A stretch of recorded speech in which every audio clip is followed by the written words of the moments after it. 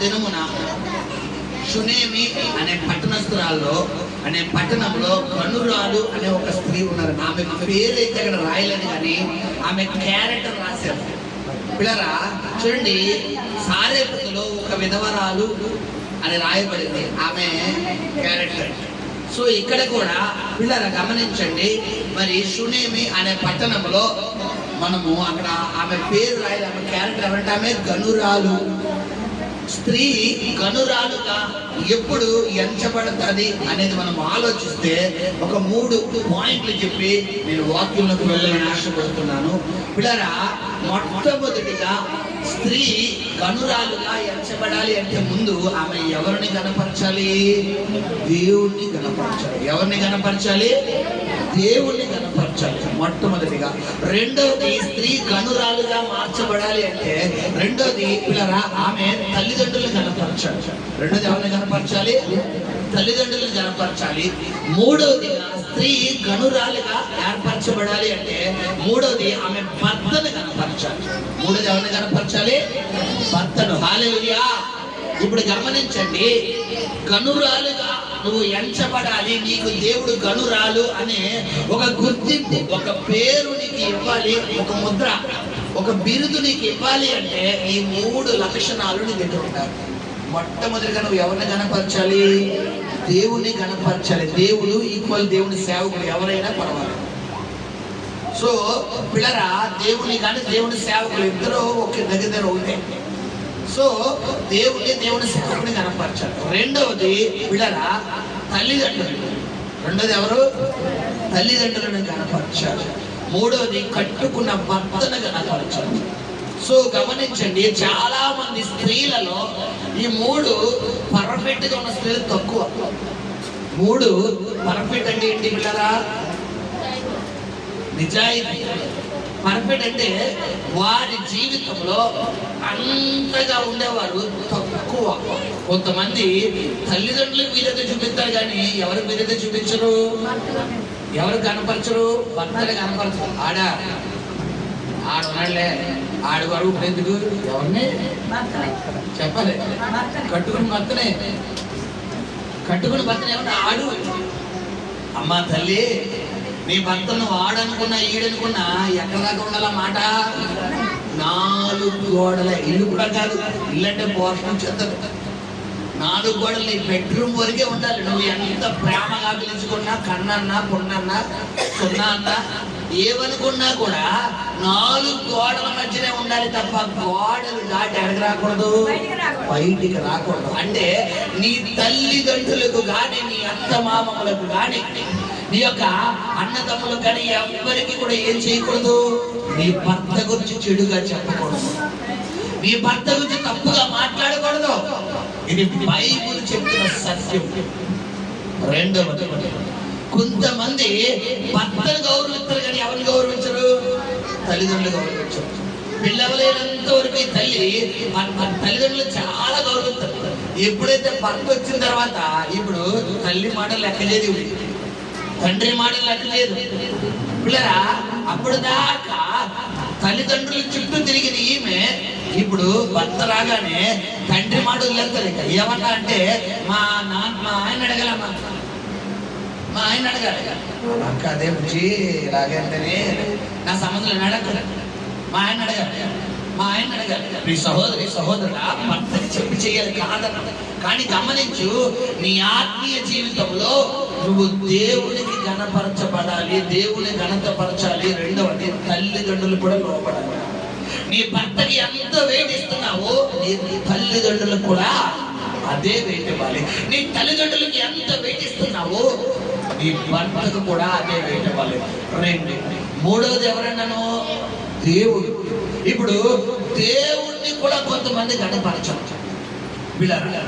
ఒక ప్రార్థన ఉండదు, ఒక వాక్యం ఉండదు, ఒక వాక్యానుసారమైన జీవితం ఉండదు, ఏమీ ఉండదు.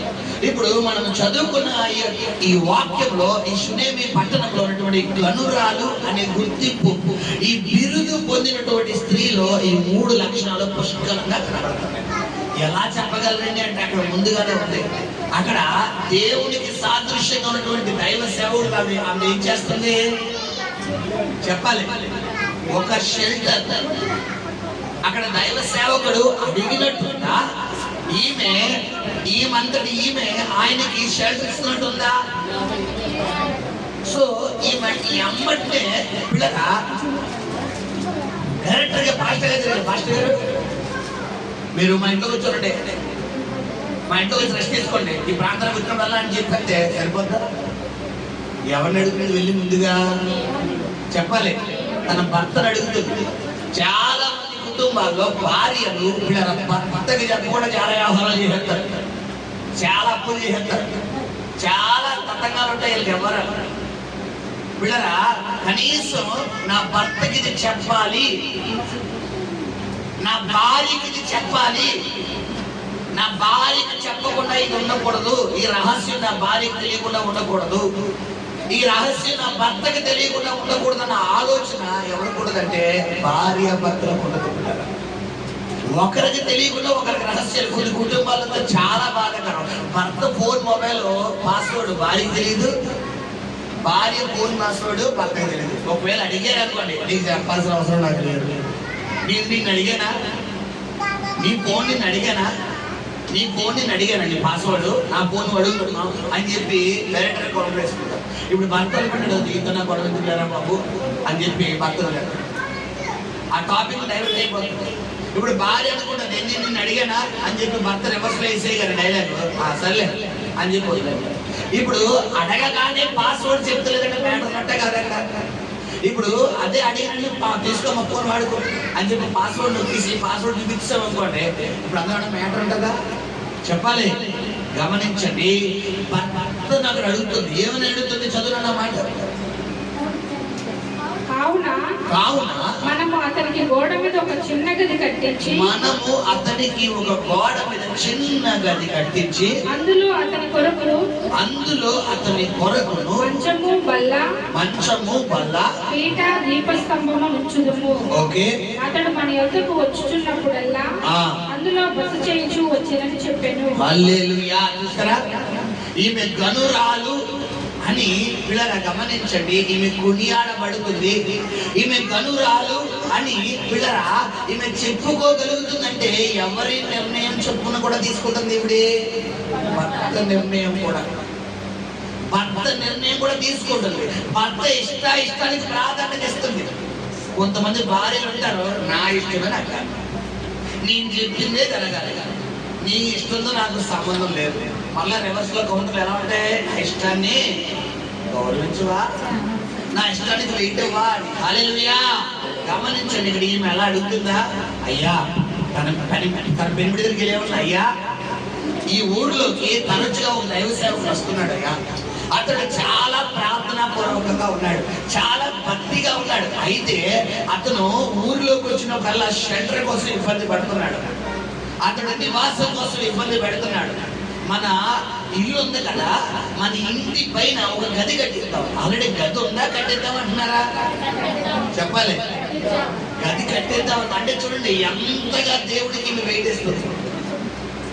నువ్వు దేవుడికి ఎంత ప్రాధాన్యత ఇస్తే దేవుడు నీ జీవితంలో అన్ని గొప్ప కార్యాలు చేస్తాడు. హల్లెలూయా.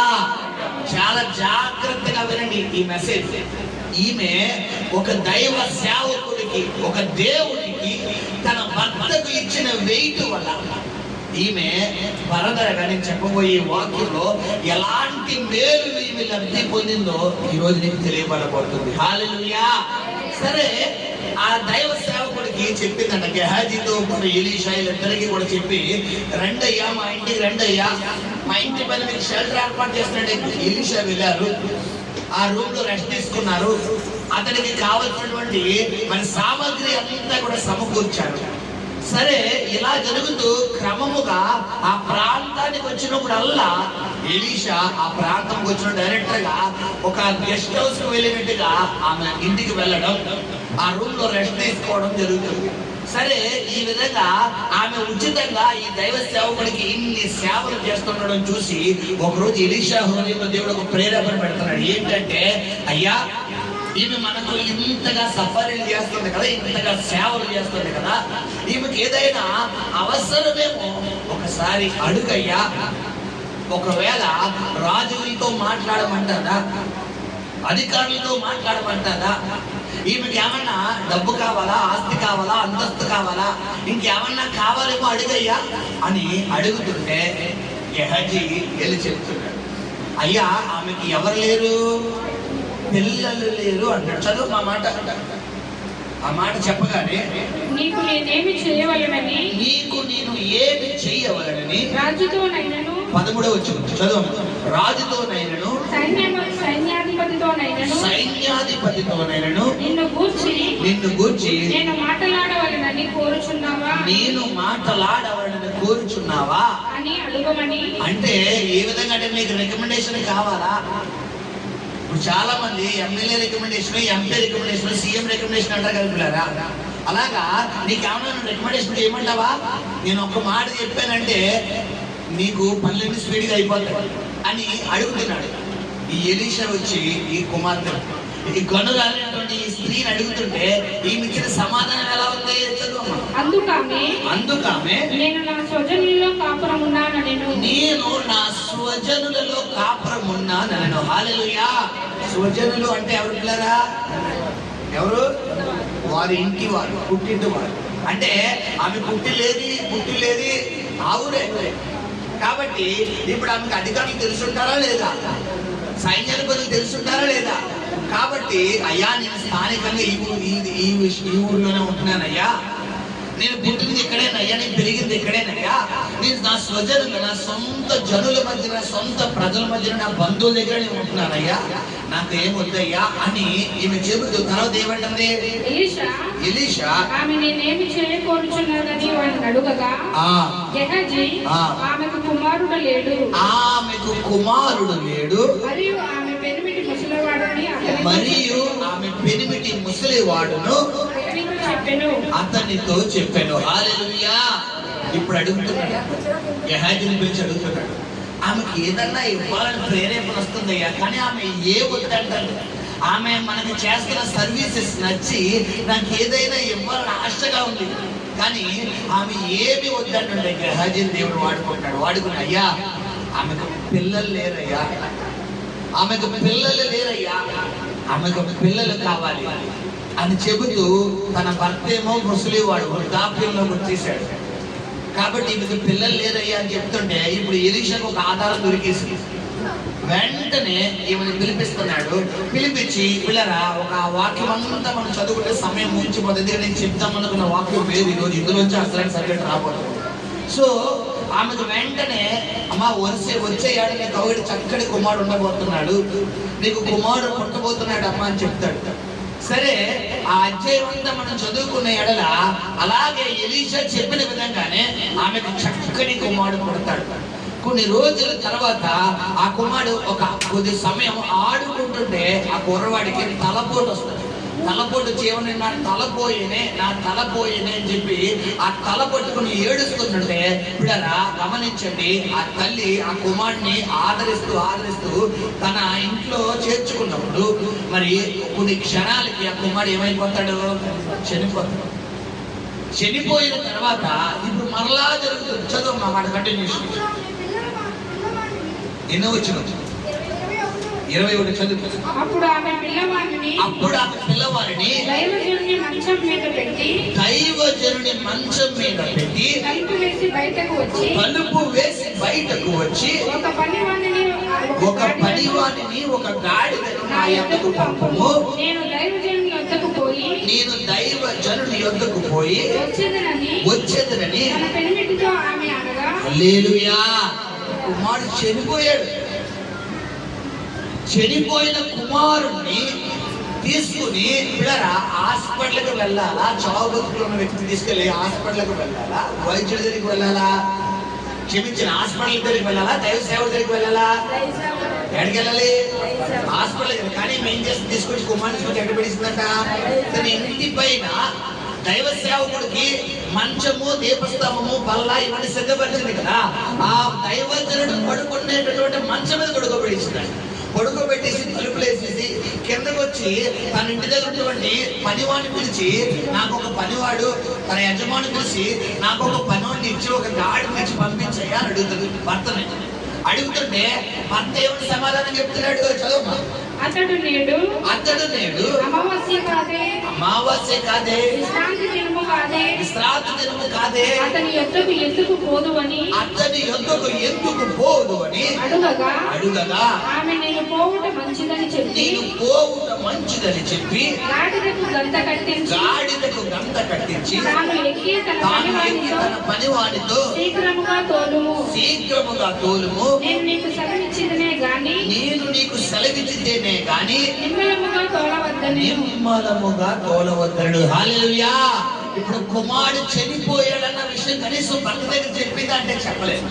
ఎందుకంటే బిడ్డరా, ఇచ్చిన దేవుడు తీసుకునే దేవుడు కాదని తెలుసు.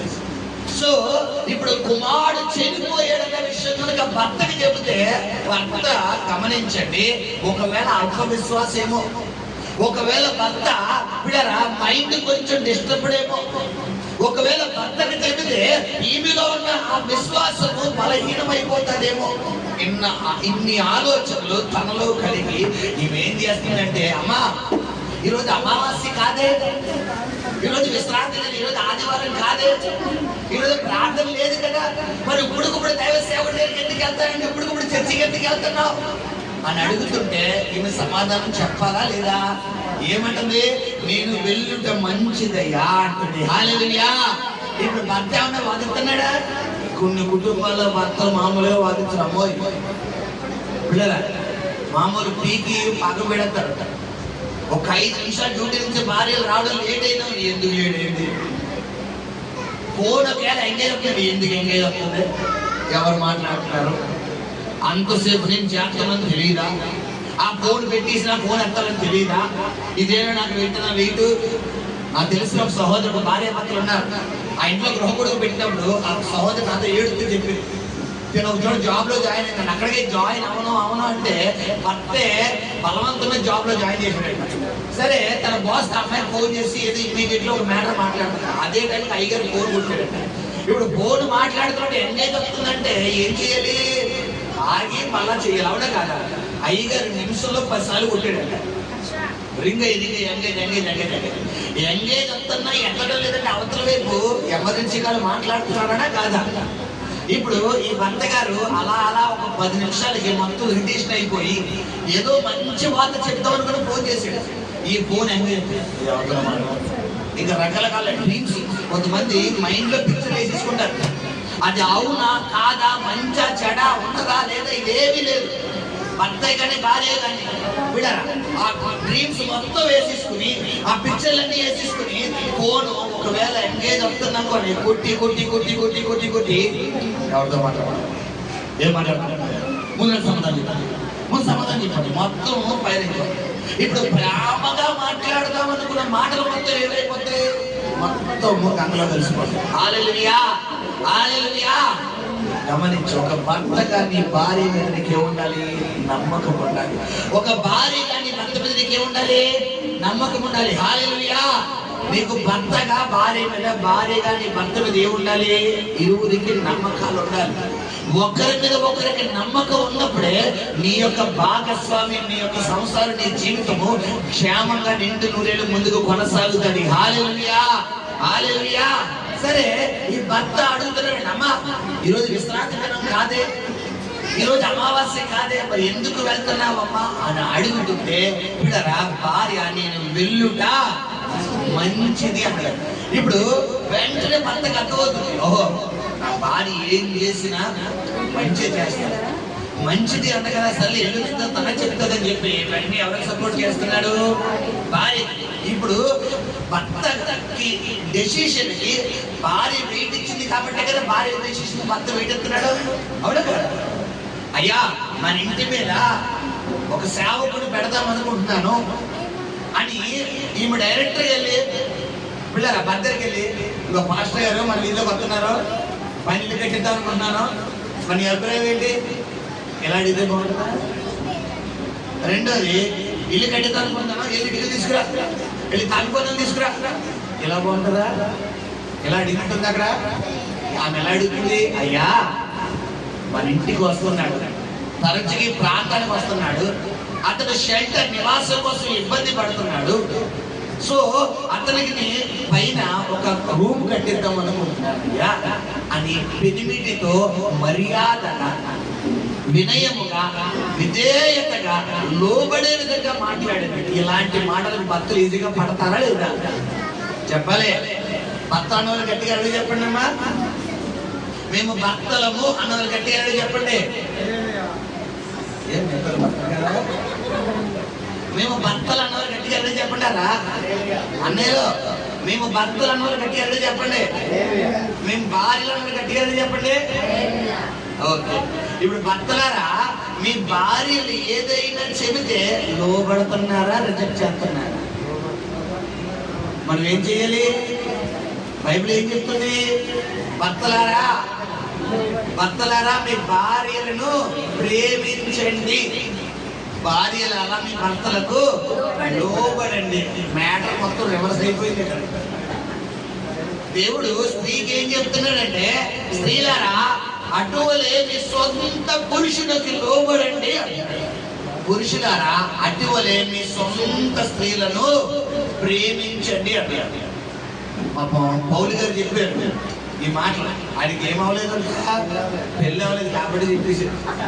కానీ గమనించండి పిల్లరా, పేదరు గారు చెప్పలేదు ఈ మాటలు. ఇంకోళ్ళు చెప్పలేదు, పౌలు గారు చెప్పేశారు. మీ సొంత పురుషులకు లోబడండి, మీ సొంత స్త్రీలను ప్రేమించండి అని. గమనించండి పిల్లరా, ఒక భార్యగా నువ్వు ఉన్నప్పుడు నువ్వు ఎంత నాలెడ్జ్ పర్సన్ అయినా, నువ్వు ఎంత ఎడ్యుకేటెడ్ పర్సన్ అయినా, నువ్వు ఎంత వాకబులరీ, ఎంత టాలెంటెడ్ పర్సన్ అయినా, నీ భర్తకి ఏమవ్వాలి? నువ్వు లోబడాలి, లోబడాలి. కొంతమంది భర్త అన్ఎడ్యుకేటెడ్, భార్య వెల్ ఎడ్యుకేషన్ అనుకోండి, ఇంక చూసుకొని నేను పరిగెట్టించేస్తారు.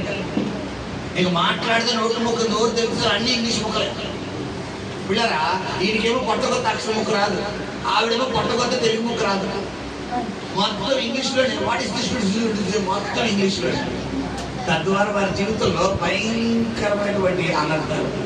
ప్రియ సహోదరి, సహోదరుడా, నీ ఒక భార్యగా ఉన్నప్పుడు నీ భర్తకు లోబడు. నువ్వు ఒక భర్తగా ఉన్నప్పుడు నీ భార్యని ఏం చేయాలి? ప్రేమించాలి. కుటుంబాల్లో ప్రేమ ఉండదు పిల్లలు. కనీసం ఆమెమో ఈయన గారు ఎప్పుడొస్తారా కలిసి తిందామేమో అని చెప్పి ఈమె చూస్తే, ఈయన గారు బయట వెళ్ళి శుభ్రంగా ఫ్రైడ్ రైస్లు, బిర్యానీలు శుభ్రంగా తినేసి ఇంటికి వచ్చి నాకు ఆకలేయట్లేదు, ఇంటికి అత్తలేదు. బయట పంది కుక్కలు తీసుకొచ్చారు, బయట శుభ్రంగా తినేసి వచ్చేస్తారు. ఇంటి దగ్గరికి వస్తే ఈమెమో పాపం ఎరుబాగులలో ఈమె ఎవరి కోసం వస్తుంది? ఆయన వస్తాడు అని చెప్పి ఎదురు చూస్తారు. ఆయన డైరెక్ట్ వచ్చేలాగా డైరెక్ట్గా పక్కకి వెళ్తారు. కనీసం తిన్నావా, ఉన్నావా, ఏ ముచ్చట ఉండదు.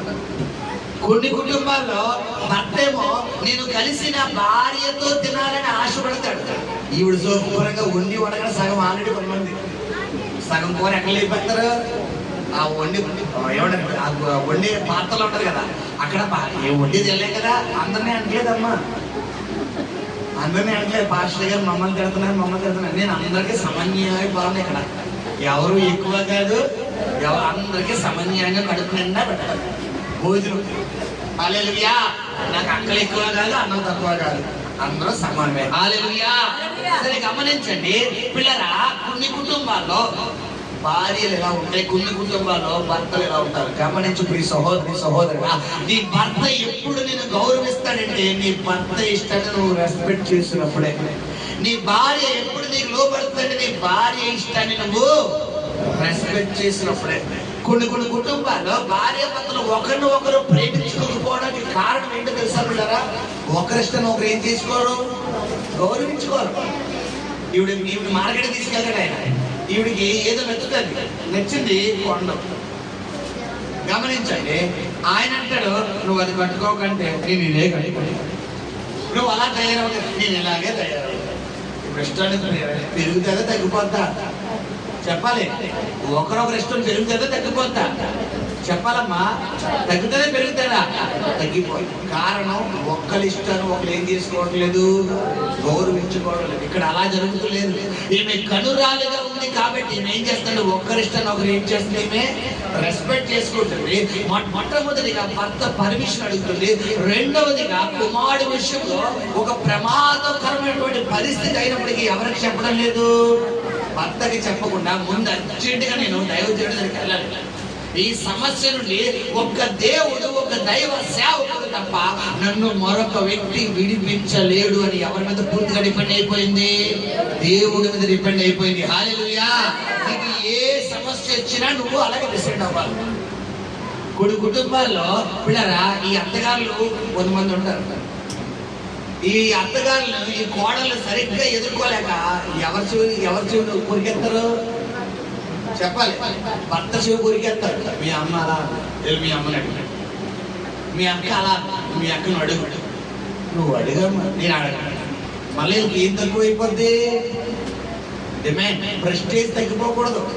ఎవరు అడగాలి, ఈయన వెళ్ళి అమ్మా మీ అమ్మ నా బాగా ఎందుకు అలా అని చెప్పి ఎవరు కౌంటర్ వేయాలి చెప్పాలి, తల్లికి చెయ్యాలి. గమనించి పిల్లరా, ఏది ఏవైనా ఒక భర్తగా ఒక భార్యగా నువ్వు ఉన్నప్పుడు మంచి చెడ్డలేంటి, సుఖ సంతోషాలేంటి, కష్ట నష్టాలేంటి మీ ఇద్దరి మధ్యనే ఉండాలి తప్ప మూడో వ్యక్తిని ఇన్వాల్వ్ చెయ్యకూడదు. హల్లెలూయా, హల్లెలూయా.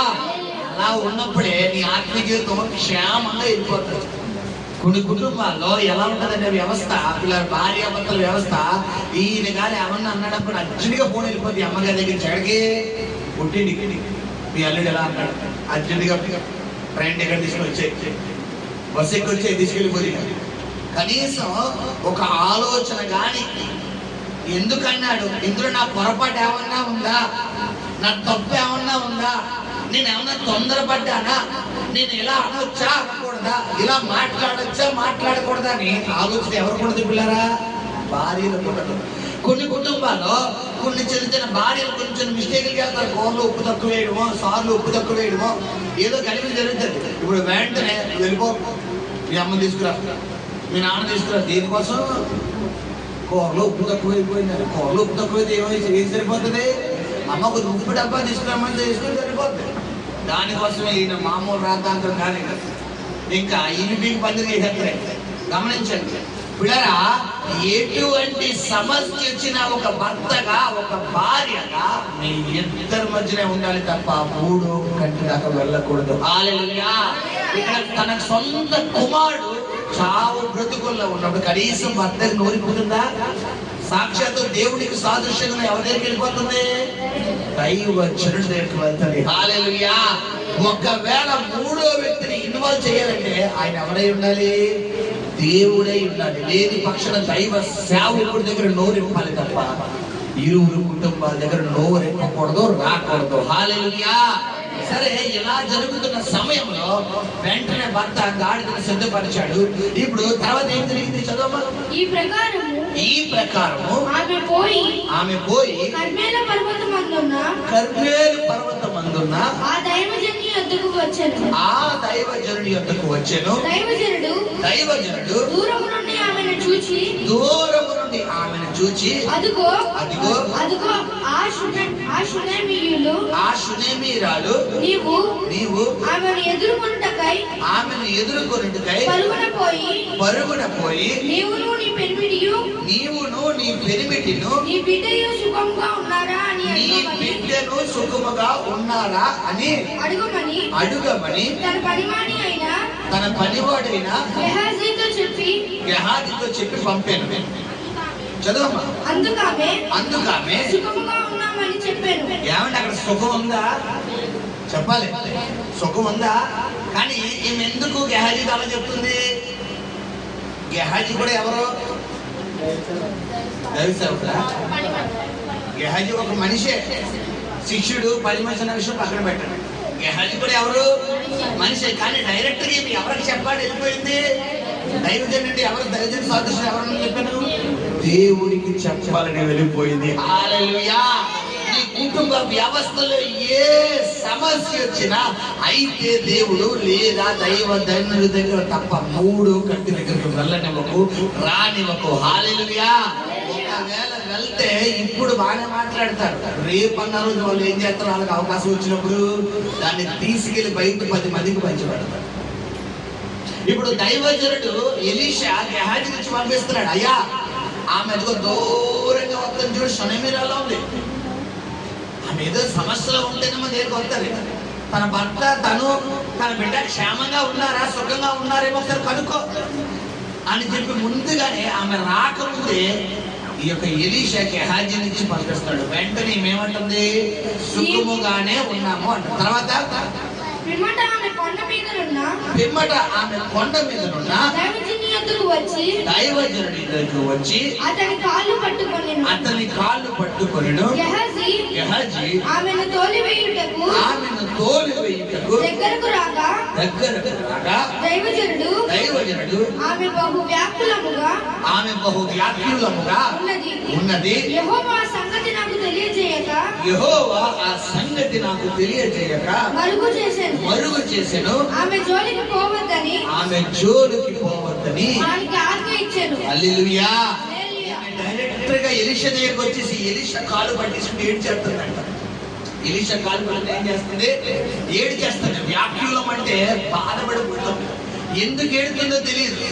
ఈమె ఎలా పట్టుకుని ఏడుతుంటే ఎలీషా కాలు పట్టుకుని ఎలా ఊపెత్తుంటే ఈ గెహాజీ వచ్చి ఏం చేస్తారంట, ఆమెను బయటికి లాగేస్తాం కదా చూస్తున్నాడు. వెంటనే ఎలీషా అంటున్నాడు, అయ్యా ఆమెను బాధపడదు, ఏదో బాధతో వచ్చింది, ఆమె ఏదో కష్టంతో వచ్చింది, అది నాకు తన జీవితంలో జరుగుతుందని దేవుడు నాకు ఏం చేయలేదు, చెప్పలేదు. దేవుడు మరుగు చేశాడు. సరే ఈమెను అడుగుతాం అని చెప్పి నువ్వు ఆమె జోలికి పోగయ్యా, నేనే మాట్లాడతానని చెప్పి ఆమెను ముట్టుకొని ఇచ్చాడు. కనీసం చేయలేదు. హల్లెలూయా. తర్వాత ఏం జరుగుతుంది చదువునండి. అప్పుడు ఆమె కుమారుడు కావాలని నేను నా ఏలిన వాడనైన నిన్ను అడిగితినా నన్ను భ్రమ పెట్టవద్దని నేను చెప్పలేదా అని అతనితో మనవి చేయగా ఓకే అతడు నీ నడుము బిగించుకొని నా దండమును చేత పట్టుకొని పొమ్ము ఎవరినైనను నీకు ఎదురుపడి అడిగిన ఎడల వారికి నమస్కరింపవద్దు. ఎవరైనను నీకు నమస్కరించిన ఎడల వారికి ప్రతి మర్యాద చెయ్యవద్దు. అక్కడికి పోయి నా దండమును ఆ బాలుని ముఖము మీద పెట్టుమని గెహాజీకి ఆజ్ఞ ఇచ్చి పంపెను. ఓకే. తల్లి ఆ మాట విని యెహోవా జీవము తోడు నీ జీవము తోడు నేను నిన్ను విడువనని చెప్పగా అతడు లేచి ఆమెతో కూడా పోయెను. గెహాజీ వాడి కంటే ముందుగా పోయి ఆ దండమును బాలుని ముఖం మీద పెట్టాను. కానీ ఏ శబ్దమును రాకపోయాను. ఏమీ వినవచ్చినట్లు కనబడలేదు. కనుక వాడు ఎలీషాను ఎదుర్కొని వచ్చి బాలుడు మేలుకొనలేదని హల్లెలూయా. ఎప్పుడైతే ఇలా చెప్పిందో వెంటనే గెహాజీ అన్నాడు, అయ్యా ఇదిగో ఇది నా దండము తీసుకుని వెళ్ళి ఈ దండాన్ని తీసుకెళ్లి ఆ చనిపోయిన కుమారుడు మీద పెట్టగానే ఆ కుమారుడు లేచి కూర్చుంటాడు. నువ్వు రా అనగానే ఈ దండము తీసుకుని గెహాజీ వెళ్ళిపోయి ఆ దండం తీసుకొని పెట్టాడంట. చేసాడా? లేగలేదు. ఎందుకు చెప్పాలి ఎలీషా దండమే కదా. దండం ఎలీషాదా గెహాజీదా? మరి ఎలీషా దండం వెళ్ళగానే కార్యం జరగాలి కదా. చెప్పాలి. ఎలీషా ద్వారా కార్యం జరగడం దేవుడు చెప్తామా, గెహాజీ ద్వారా కార్యం జరగడం దేవుడు చెప్తామా? హల్లెలూయా. గమనించండి, అక్కడ గెహాజీ ఎలీషా ఒక్క స్టెప్ రాంగ్ స్టెప్ అన్నమాట. ఆమె వెంటనే ఎలీషా దగ్గరికి రాగానే నడమ్మ నేను అత్తని అండం మానేసి నేను అక్కర్లేదు నా దండవే చాలని చెప్పి దండాన్ని పంపించాను. అక్కడ దేవుడి ప్లానింగ్ ఎలా ఉందంటే ఎలీషా వెళ్ళి ఆ కుమారుడు బతికించడం ఎవరి చిత్తం? దేవుడి చిత్తం. కనీసం ఇది అయ్యా ఇది ఎలా వచ్చింది అని ఎలీషా ప్రార్థనలో కనిపెట్టి వెళ్తే బాగుండేది. కానీ ఎలీషా అలా చేయలేదు. అందుకే నేను పంపించాడంట, తన దండాన్ని పంపించాడంట. ఏం వర్కౌట్ అవ్వలేదని చెప్పి గెహజీ అడుగొచ్చాడు, రెండు వచ్చాడు. రెండు యుద్ధాలు ఏం జరిగించదు నాన్న. ఎలీషా ఆ ఇంటికి వచ్చి బాలుడు మరణమై ఉండి తన మంచము మీద పెట్టబడి యుండుట చూచి తానే లోపలికి పోయి వారి ఇద్దరే లోపలుండగా తలుపు వేసి యెహోవాకు ప్రార్థన చేసి మంచము మీదకెక్కి బిడ్డ మీద తనను చాచుకుని తన నోరు వాని నోటి మీదను తన కండ్లు వాని కండ్ల మీదను తన చేతులు వాని చేతుల మీదను ఉంచి బిడ్డ మీద పొడుగుగా పండుకొనగా ఆ బిడ్డ ఒంటికి వెంట పుట్టెను. తాను దిగి ఇంటిలో యువతల నుండి అవతలకు ఒకసారి తిరిగి నడిచి మరలా మంచం మీదకెక్కి వాని మీద పొడుగుగా పండుకొనగా బిడ్డ 7 మార్లు తుమ్మి కళ్ళు తెరిచెను. అప్పుడతడు గెహాజీని పిలిచి ఆ షునేమీరాన్ని పిలుచుకొని రమ్మనగా వాడు ఆమెను పిలిచెను. ఆమె అతని యొద్దకు రాగా అతడు నీ కుమారుని ఎత్తుకొనమని ఆమెతో చెప్పెను. అంతటా ఆమె లోపలికి వచ్చి తన కుమారుని ఎత్తుకొని పోయింది. హల్లెలూయా. అద్భుతం జరిగిందా లేదా? ఇప్పుడు ఈమె షునేమీరాలు, ఈమె దైవ సేవకుడికి సేవలు చేయడం వల్ల మొట్టమొదటిగా దేవుడు ఏ కార్యం చేశాడు? ఆమె గర్భం తెరిచాడు. రెండవదిగా ఆ కుమారుడికి బ్రెయిన్ సంబంధించిన ప్రాబ్లం వచ్చి తను చనిపోయేటటువంటి పరిస్థితిలో మరలా ఈమె దైవ సేవకుడికి షెల్టర్ ఇవ్వడం వల్ల రెండవ అద్భుతం ఏం జరిగింది? చావు బ్రతుకుల్లోకి వెళ్ళిపోయిన కుమారుడు తిరిగి సంపాదించుకోగలిగింది. హల్లెలూయా, హల్లెలూయా. ఇక్కడతో ఈమె దేవుడి ద్వారా, ఇది ఎలీషా ద్వారా ఈమె పొందుకున్నటువంటి కార్యాలు ఆగిపోయినాయి అంటే ఇంకొక అద్భుతమైన సాక్ష్యం ఉంది. అది కూడా మీకు చెప్పి నేను ముగిస్తాను. చూడండి 8వ అధ్యాయము ప్రారంభం నుంచి చదువుకున్నాం. ఒకనాడు ఎలీషా తాను బ్రతికిన బిడ్డకు తల్లి అయిన ఆమెను పిలిచి యెహోవా క్షామకాలము రప్పింపబోచున్నాడు. 7 సంవత్సరాలు దేశంలో క్షామము కలుగునని చెప్పి 7 సంవత్సరాలు దేశంలో క్షామము కలుగునని చెప్పి నీవు లేచి నీవును నీ ఇంటి వారును ఎచ్చట నుండుట అనుకూలము అచ్చటికి పోవుడనగా ఆ స్త్రీ లేచి దైవజనుడు మాట చొప్పున చేసి తన ఇంటి వారిని తోడుకుని ఫిలిష్తీయుల దేశమునకు పోయి 7 సంవత్సరములు అక్కడ వాసము చేసెను. హల్లెలూయా. ఒకానొక సమయంలో ఈ ఎలీషా తరచుగా వస్తున్నటువంటి షూనేమి పట్టణంలో భయంకరమైన కరువు రాబోతుందని దేవుడు తెలియపరచడంతో 7 సంవత్సరాలు ఈ దేశంలో కరువు రాబోతుందమ్మా. కాబట్టి ఇన్ని రోజులు నువ్వు నాకు చాలా సర్వీసెస్ చేసావు. అయితే ఆ కరువు దేవుడు ముందుగానే తెలియపరిచాడు. కాబట్టి ఆ కరువు రాకముందే నువ్వు ఈ దేశాన్ని విడిచిపెట్టి వరకు ప్రాంతానికి పో. ఆ 7 సంవత్సరాలు అయిన తర్వాత నువ్వు ఈ ప్రాంతానికి మళ్ళా తిరిగి వద్ది గాని అని చెప్పి పిల్లరా ఎవరెవరితో చెప్తున్నారంట? ఎలీషా షూనేమి పట్టణస్తురాలతో చెప్తున్నాడు. చెప్పగానే ఎలీషా మాటకు విలువిచ్చి ఈమె వెళ్ళిపోతుంది. ఇలా వెళ్ళిపోయిన తర్వాత ఏం జరిగిందో మనం చదువుకున్నాం. చదువునండి. అయితే ఆ 7 సంవత్సరములు గతించిన తరువాత 7 సంవత్సరాలు గతించిన తరువాత ఆ స్త్రీ ఫిలిష్తీయుల దేశంలో నుండి వచ్చి తన ఇంటిని గూర్చియు భూమిని గూర్చియు మనవి చేయుటకై రాజు వద్దకు పోయెను. ఓకే. రాజు దైవజనుని పనివాడకు గెహజీతో మాటలాడి ఎలీషా చేసిన గొప్ప కార్యములన్నిటినీ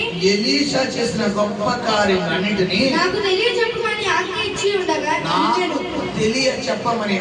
ఇచ్చి ఉండగా అతడు ఒక మృతునికి ప్రాణము తిరిగి రప్పించిన సంగతి వాడు రాజు నాకు తెలియజేయుచుండగా ఎలీషా బ్రతికించిన బిడ్డ తల్లి తన ఇంటికి గూర్చియు భూమిని గూర్చియు రాజుతో మనవి చేయవచ్చెను.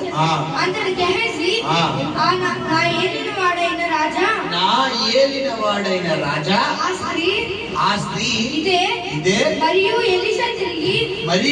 ఎలీషా తిరిగి బ్రతికించిన ఈమె బిడ్డ వీడే అని చెప్పగా రాజు ఆ స్త్రీని అడిగినప్పుడు ఆమె కంగారు పడిన ఎవరు పరిగెట్టలేదు. ఆమె అతనితో సంగతిని తెలియ చెప్పాను. కాబట్టి రాజు ఆమె పక్షముగా ఒక అధిపతిని నియమించి ఆమె సొత్తు యావత్తును ఆమె దేశము విడిచిపెట్టినప్పటి నుండి నేటి వరకు భూమి ఫలించిన పంట యావత్తును ఆమెకు మరలా ఇమ్మని సెలవిచ్చాడు. హల్లెలూయా. ఎంత గొప్ప కార్యం జరిగిందో పిల్లరా. ఏం జరిగిందంటే గమనించండి.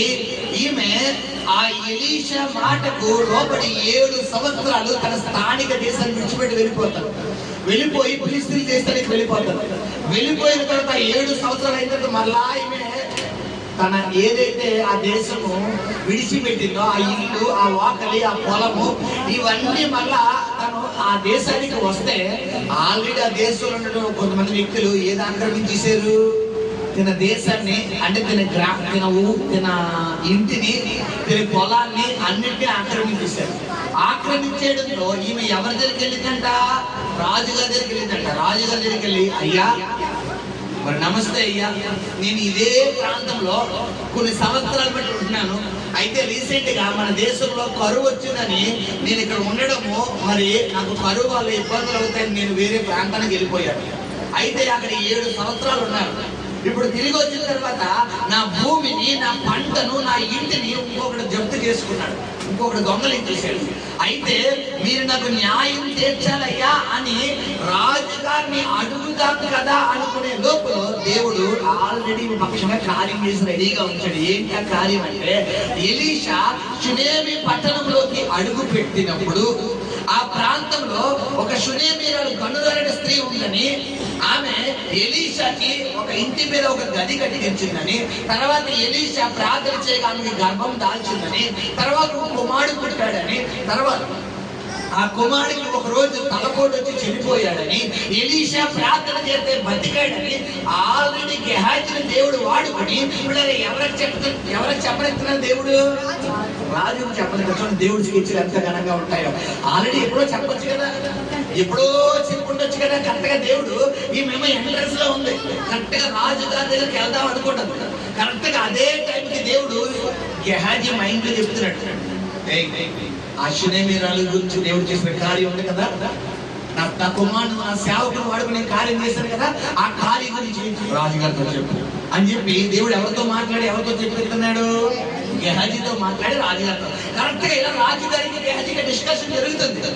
ఇలా డిస్కషన్ జరుగుతున్నటువంటి సంభాషణ జరుగుతున్నటువంటి ఈ సందర్భంలో అదే టైంకి వచ్చింది నిలబడి. ఇప్పుడు ఎలా ఉంటుంది చెప్పండి? అట్టుకొండొలిసి నోట్లో పెట్టిన కార్యం అయిపోతుంది. హల్లెలూయా. నీవు కనుక దేవుడు నీకు మొదటి స్థానం ఇస్తే నీ కుటుంబంలో కూడా కార్యాలు ఇలాగే జరుగుతాయి. హల్లెలూయా. నీ ఆస్తి, నీ అంతస్తు ఎక్కడికి పోదు. నీకు రావాల్సిన ఒక్క రూపాయి కూడా శత్రువులు తీసుకోకుండా దేవుడు నీకు ఇచ్చేస్తాడు. హల్లెలూయా, హల్లెలూయా. ఎప్పుడైతే ఇలా జరిగిందో ఇక ఎలీషాకి ఈ గెహాజీ ఈ యొక్క రాజు చెప్తుంటే అదే టైంకి వచ్చి ఈమె రాజుగారి దగ్గర, అయ్యా ఒక 7 సంవత్సరాల క్రితం నేను ఈ ప్రాంతంలో ఉండేదాన్ని, ఈ ప్రాంతం విడిచిపెట్టి వెళ్ళిపోయానయ్యా అని తన సమస్య అంతా వ్యక్తపరుచుకుంటున్న సమయంలో ఈ గెహాజీని చూసి గుర్తుపట్టి, రాజా ఇప్పుడే మీకు చెప్తున్నాను కదా, ఎలీషా ఒక అబ్బాయిని బతికించాడని. ఒక ఆమె గండ్రాలని చెప్పాను కదా, ఆమె ఎవరో కాదు, ఈమె. ఆమె ఎవరో కాదు, ఈమె. ఇదిగో ఆ కొడుకు బతికించాడన్న కదా, ఆ కొడుకు ఈ అబ్బాయి అని చెప్తున్నాడు. ఇప్పుడు కరెక్ట్గా ఇదే టైంకి వచ్చి, అయ్యా నేను పలానా ప్రాంతంలో పలానా డోర్ నెంబర్లో పలానా ఇంట్లో ఉండేదాన్ని అయ్యా. ఆ ఇంట్లో ఉన్నప్పుడు నేను 7 సంవత్సరాల కరువు వచ్చిందని వెళ్ళిపోయాను. ఇప్పుడు నా ఇంటిని ఇంకోళ్ళు ఆక్రమించేసి నీకు దిక్కున్న చోట చెప్పుకో, మేమే ఇల్లు, మాదే ఇల్లు అని చెప్పంలో కనిపిస్తారు అయ్యా. నాకు ఎవరో దిక్కు లేక నువ్వే దిక్కు నేను వచ్చి చెప్పుకుంటున్నాను అయ్యా అంటే, ఇప్పుడు రాజుగారు ఒకవేళ ఆ టైంకి గెహాజీ గారికి అక్కడ లేకపోతే, గెహాజీ గారికి ఈమె గురించి చెప్పకపోతే రాజు చేసే కార్యం ఆలస్యం అవుతుందా లేదా? తప్పకుండా సంవత్సరం అవుతుందా లేదా? ఎందుకంటే పిల్లరా, ఏమికి తగ్గబలం ఈమెకుంటే అవతలకు తగ్గబలం అవతల. ఏదో ఒక విధంగా దొంగ సాక్ష్యాల గురించి ఈ ఆస్తిని దొంగలించదురా కాదా? కానీ దేవుడు పోనిచ్చాడా? చెప్పాలి, పోనిచ్చాడా? నీవు కనుక దేవుడి మీద మొదటి స్థానం ఇస్తే నీ ఆస్తులో కాదు, నువ్వు కష్టపడిన ₹1 కూడా బయటకు పోలేవాడు. హల్లెలూయా, హల్లెలూయా. ఈమె చేసింది ఒకటే ఏంటంటే, షునేమీర్ ఏం చేసింది? క్షమించండి, ఎలీషా అనే దైవ సేవడికి షెల్టర్ ఇచ్చింది. అంత అంతకుముందు ఎక్కువ ఏం చేయలేదు. మహా అయితే పైన గది కట్టించడానికి ఎంత అవుతుంది? ఓ 50,000. ఆ దీపస్తంభము, ఆ బల్ల, ఆ ప్రార్థన చేసుకునేది, ఆ భోజనం చేయడానికి కంచం, ఒక గ్లాసు, అంతే. 50,000 రూపాయలతో దైవ సేవకుడికి క్షేమం చూసింది. లక్షల రూపాయల ప్రాపర్టీ సంపాదించుకోగలిగిందా లేదా? చెప్పాలి. లక్షల రూపాయల ప్రాపర్టీ ఇచ్చాడా లేదా? చనిపోయిన కుమారుని పొందుకుందా లేదా? హల్లెలూయా. ఇదే నీ శక్తులు ఎదురు భోజనం సిద్ధపరచడం అంటే. హల్లెలూయా. నువ్వు దేవుడి మీద ఆధారపడితే దేవుడు ఇలాంటి కార్యాలు చేస్తాడు. ఈ గనురాలైనటువంటి స్త్రీ దేవుడి మీద ఆధారపడింది, మనుషుల మీద కాదు. మొట్టమొదటిగా ఈమె గనురాలు అనిపించుకోవడానికి 3 కారణాలు చెప్పా. ఏమేంటి కారణాలు? దేవుడికి వెయిట్ ఇస్తుంది, తల్లిదండ్రులకు వెయిట్ ఇస్తుంది, భర్తకు వెయిట్ ఇస్తుంది. నువ్వు ఒక భార్యగా, ఒక సుబుద్ధి, ఒక గుణవంతులైన భార్య దొరుకుతా అరుదు. ఆమె ముత్యము కంటే శ్రేష్టమైందంట. జ్ఞానవంతులు తన ఇల్లుని ఏం చేస్తాను అంటే, ఒక 3 రాళ్ళు ఏం చేస్తుంది? పీకేసుకుంటాడు. జ్ఞానవంతురాలు, నువ్వు ఒక సుబుద్ధి కలిగినటువంటి భార్యగా, ఒక జ్ఞానవంతురాలు కలిగినటువంటి భార్యగా, ఒక ఇంటికి మరి గొప్ప వెలుగునిచ్చినటువంటి ఒక భార్యగా, ఒక ఇంటికి ఇల్లాలుగా నువ్వు ఉండాలి అనుకుంటే కొన్ని లక్షణాలు నీకు ఉండాలి. ఆ లక్షణాలు 3 చెప్ప. ఏంటి? నువ్వు మొట్టమొదటిగా దేవుడికి వెయిట్ ఇవ్వాలి. హల్లెలూయా. మొట్టమొదటిగా ఎవరికి వెయిట్ ఇవ్వాలి? దేవుడి ఇష్టాన్ని గౌరవించు. రెండవదిగా నీ తల్లిదండ్రుల ఇష్టాన్ని గౌరవించు. మూడవదిగా నీ భర్త ఇష్టాన్ని గౌరవించు. నీ తల్లిదండ్రులు వద్దన్నా, నీ భర్త వద్దన్నా, దేవుడు వద్దన్నా ఆ జోలికి పోవు. ఏమాత్రం నేను వెళ్తాను, నేను చేస్తాను, నేను ఉంటాను అని గనక ఈ ముగ్గురులో ఏ ఒక్కరు మాట నువ్వు తృణీకరించినా దేవుడు నీకు ఇచ్చిన బిరుదు లాగేస్తాడు. అప్పుడు గనురాలనే బిరుదు పోయి ఏ బిరుదు వస్తుంది? చెప్పాలి, మూర్ఖురాలు అన్న బిరుదు వస్తుంది. ఇప్పుడు మాకు మూర్ఖురాలు అన్న బిరుదు వద్దన్న వాళ్ళు గట్టిగా అల్లుడు చెప్పండి. మాకు గనురాలని బిరుదు వద్దన్న వాళ్ళు గట్టిగా చెప్పండి. మాకు గనురాలు వద్దన్న వాళ్ళు బిరుదు గట్టిగా చెప్పండి. హల్లెలూయా. మాకు గనురాలు బిరుదు కాదు గట్టిగా చెప్పండి. గమనించండి భార్యలారా, మీ భర్తలకు లోబడండి. భర్తలారా, మీ భార్యలను ప్రేమించండి. ఎప్పుడు భర్త లోబడతాడు, భార్య లోబడతాడంటే ఇప్పుడు భర్త ప్రేమించినప్పుడే, నీ భార్య ఇష్టాన్ని నువ్వు గౌరవించినప్పుడే నీ భార్యని నీ లోబడతాడు. నీ భర్త ఇష్టాన్ని నువ్వు గౌరవించినప్పుడే నీ భర్తని ప్రేమిస్తాడు. ఈవిడికి ప్రేమించడం తెలియదు, ఈవిడికి గౌరవించడం తెలియదు. కొంతమంది భర్తలు అంటారు, ఏదో పావును పిలిచినట్టు ఏదో పశువుని పిలిచినట్టు చక్ చక్ చక్ అన్నట్టు ఒక పద్ధతి ఉండదు, ఒక పాడు ఉండదు. ఓయ్ పిల్లడా, ఓయ్ పిల్ల, ఏంటి అది? అబ్రహాం ఏమంటాడు? షారా ఏమంటాడు అబ్రహాంని? యజమానుడా, ఏమండి ఎందుకంటే మన పెళ్లి అయితే ఏమంటుంది? వృద్ధాప్యంలో దాదాపు 90 100 ఆయన ఆ వయసులో ఉంటుంది నా యజమానుడా, నా ప్రాణప్రియుడా అంటుంది. నువ్వు ప్రాణప్రియుడా అసలు వద్దమ్మా, యావండి అంటే సరిపోతుంది. యావండి అంటే చాలు, గౌరవం. అంతేగాని ఆడు కోవైట్లో తల్లి ఉంది, మహాతల్లి. పంచాంగం ఎత్తిందంటే మామూలుగా ఉండదు. కొన్నాళ్ళని మాస్టర్ అలా ఉన్నావాడే పోయినోడు అంటది. నాకు దైవసేవ కొడుతూనే ఉన్నావాడు ఎప్పుడైనా పోయి అంటది. ఇంక భర్తను ఇంకెందుకు పోరాడుతుంది తల్లి. నిజంగా 2 చేతులు పెట్టి ఇలాంటి వాళ్ళకి అన్నం పెట్టేశాను. భర్తలారా, మీ భార్యలను ప్రేమిస్తే వాళ్ళు మీకు లోబడతారు.